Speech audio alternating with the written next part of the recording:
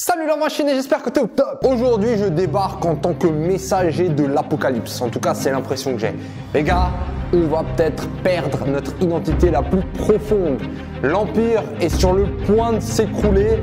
Il n'y aura peut-être bientôt plus de section au lycée.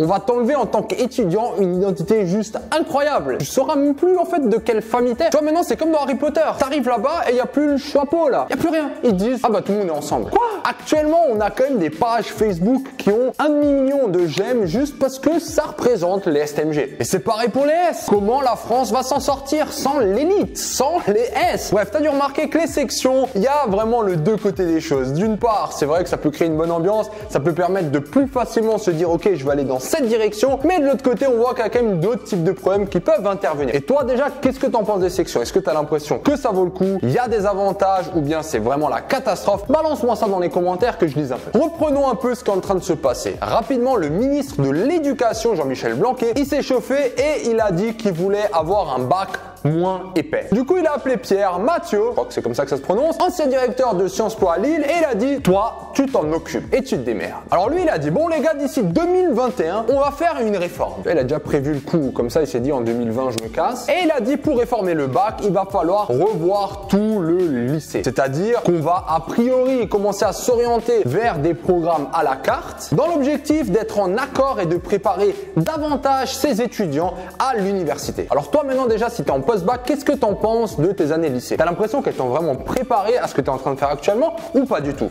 Balance ça dans les commentaires. Bref, tu as dû comprendre si du coup il y a toute une restructuration avec des programmes à la carte, ça implique la fin des sections. Et c'est là où l'Empire s'écroule.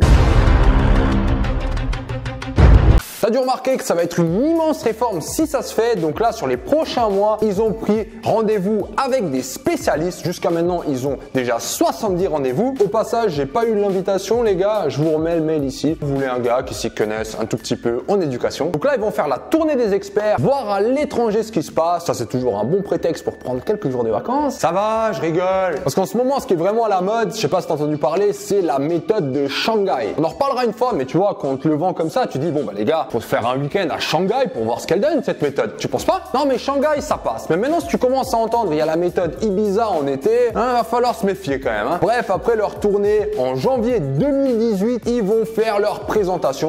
Donc ça c'est un peu le rendu du TPE. Comment mettre tous les profs en sueur. T'imagines un peu le prof qui croit que maintenant il est pépère parce qu'il a déjà écrit tout son programme? Ce Macron me casse les...